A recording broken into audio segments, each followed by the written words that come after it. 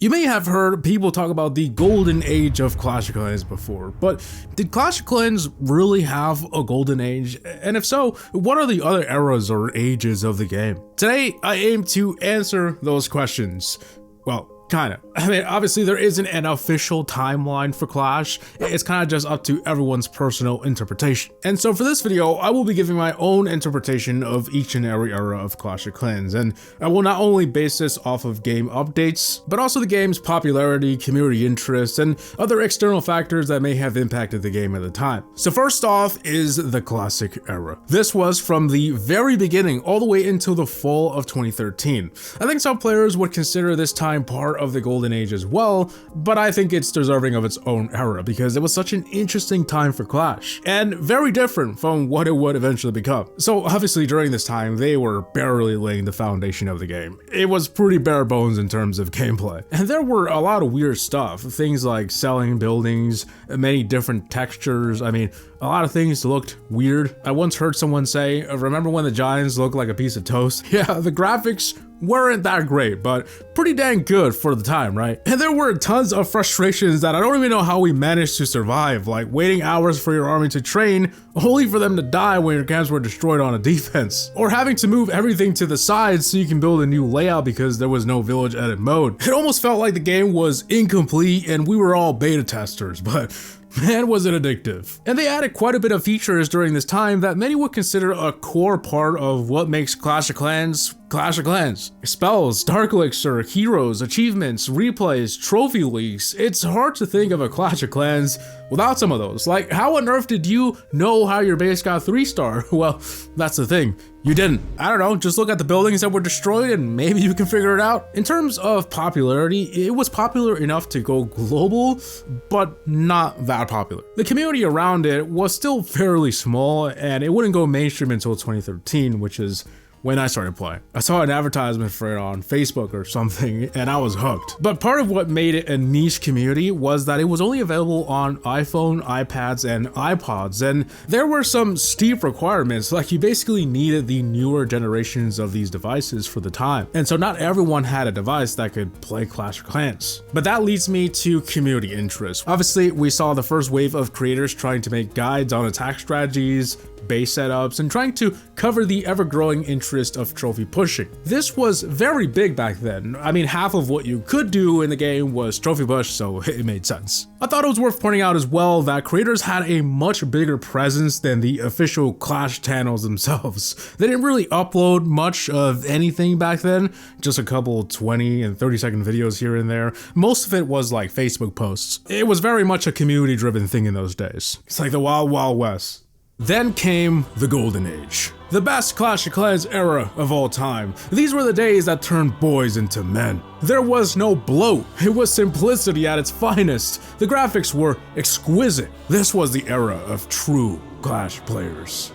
Okay, no, I'm just exaggerating, but it is widely considered one of the best eras of Clash of Clans, and for a reason. Now, I'm going to consider the golden age of Clash of Clans between late 2013 and the end of 2015. Some throw in there 2016 as well, but it's all up to personal opinion. So it all started with the Android launch. Supercell had said at the time that they wouldn't launch Clash on Android until the game was complete, or at least it felt like it was complete. And yeah, man, by then it was a complete package. And they just went crazy with the updates. During this time, we got some of the most iconics like Clan Wars, Village Edit Mode, Dark Elixir spells, hero abilities, clan perks, the Grand Warden, and sure, every era of Clash of Clans had its problems. You know, if you suddenly travel back in time to play 2014 Clash of Clans, you'd probably be incredibly frustrated at the many quirks and annoyances from that period, or would just be bored because there was nothing to do. But at the time, nobody cared about how annoying the game could be at times. We didn't know any better. It was fun, simple, addictive, and everyone was playing it. What do you mean you don't play Clash of Clans? What's wrong with you? Community interest was at an all-time high. Many creators absolutely blew up and many new ones entered the scene, including myself in December 2013. I got my start with speed builds. This was also the era where they started making commercials, animations, and collaborations. The first being You and This Army, which went mega viral. I'm talking tens of millions of views the first week. Shortly after, I'm sure many of you remember the Clan Wars trailer and how they uploaded a remix version of it with the community singing it. There was that one Super Bowl commercial with Liam Neeson, that one series by Belpon where it was like a live action Clash of Clans kind of thing. Everyone, everywhere was talking about Clash of Clans. You could not escape it. And apparently it was popular enough to do a whole freaking event, ClashCon, a one-of-a-kind event that never happened again. And if I'm being honest, this era was probably the only era where they could have pulled off such a large-scale event like it. When we look at every age and era of Clash of Clans, this was certainly when it was at its peak, specifically 2015, and the numbers show that Clash of Clans would never even come close to the same level of interest. Sadly, all good things must come to an end, and on January 1st, 2016, it all came crashing down. Everyone stopped playing Clash of Clans at once. We entered the Dark Age.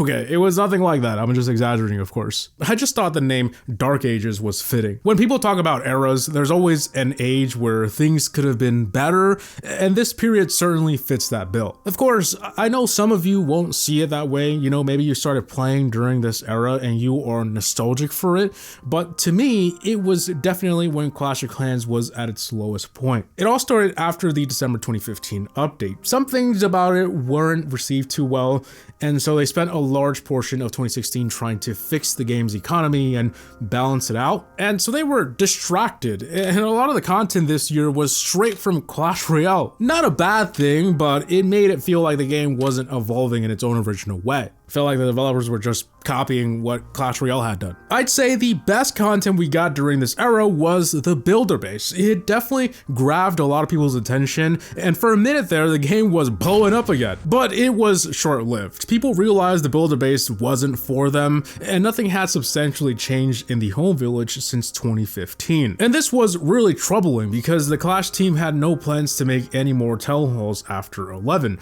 The builder base was supposed to be the next big thing. But clearly players were not on board, and the game was struggling to retain players, especially when there were other hotter games like Clash Royale that certainly stole the spotlight during this time, and so did other games. Pokemon Go was insanely popular. It's like that one "I don't want to play with you anymore" meme. The lack of interesting updates and other games booming led to millions of players leaving Clash of Clans. You can literally see its popularity take a nosedive. It was so bad that they canceled the 2016 ClashCon. They explained it was to focus more on updating their games, but some speculate the real reason was ticket sales were so poor they had to cancel it. So in terms of community interest, as you'd expect, it was definitely trending downward. I mean, like at the start of 2016, it was right out of its peak, but it went downhill very quick. Many content creators from the classic and golden era would straight up quit or switch to different games, including me. I primarily switched to Clash Royale at the time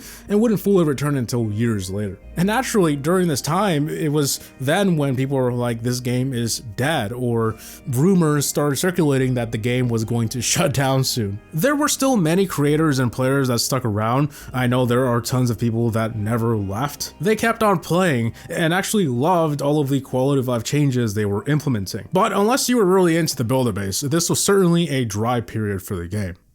But then, they pulled a 180. We enter the Clash of Clans Renaissance, the era of renewed interest, which I say was between 2017 and early 2022. They had really put all their eggs in one basket with that builder base, and as soon as they changed course, Clash of Clans actually began to change in meaningful ways. We'd see clan games, magic items, the first Town Hall in years, with mechanics and features that were actually unique and refreshing. And soon after, they went on a crazy streak. The Trader, Clan War League, Town Hall 13, 14, Pets, Super Troops, the 6th Builder, the first hero in years, the Gold Pass, which bought skins and sceneries. What a time to be alive. And sure, I'd be lying if I told you the game's popularity was increasing. In fact, it's been steadily decreasing ever since 2015. But at least the developers in this era finally understood what the players wanted, adding everything on the bucket list and addressing some of the biggest pain points in the game. They reworked Legends League,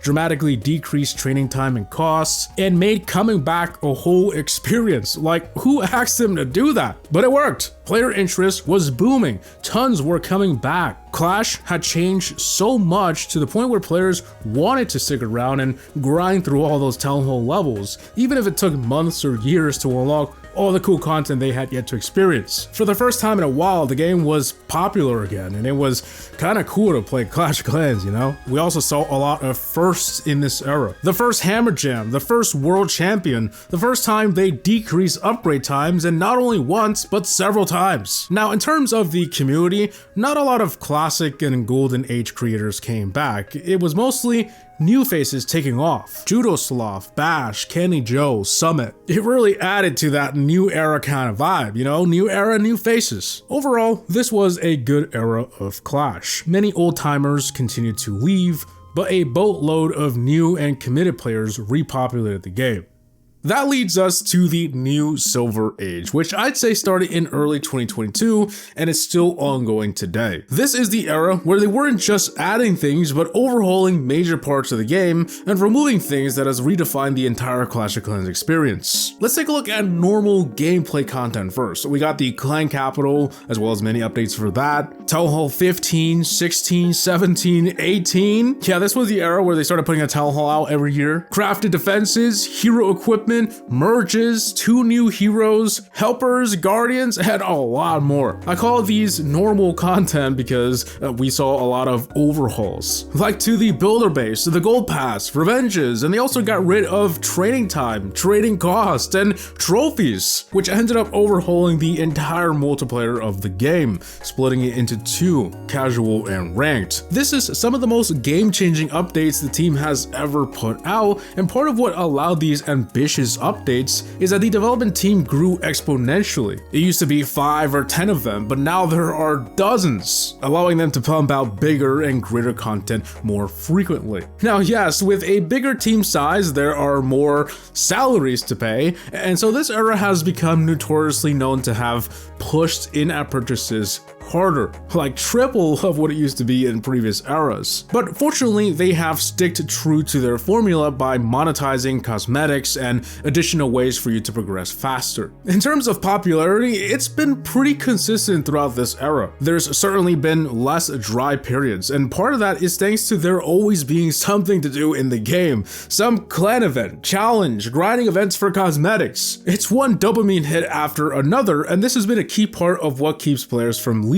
Not only are players sticking around, but there's been a renewed interest among old players who are coming back with a new appreciation for how much has changed. The team has finally cracked the code on how to keep new and old players happy, locked in, and well fed. It also feels that the developers are way more transparent and engaging these days, and so this has been one of the healthiest communities in all of the game's eras. We can see this in the content creation side as well. Not only are old faces still around, but many new ones are entering the scene, as well as some OGs even coming back. Overall, I think the new Silver Age was very fitting. It's like the Golden Age 2.0. It may never get as popular, but it sure is a better game by a mile. So yeah, that is my interpretation of all of the Clash of Clans ages. I thought long and hard on where to put many of these years, what to call these ages, and if I was even hitting the nail on what made certain ages special. It's all up to personal opinion. This is going to change depending on who you ask, but I considered a lot of things, and this is where I landed. Feel free to let me know if you have any changes you would have made. I hope you all enjoyed. As always, thank you for watching, and have a gaming out. Peace!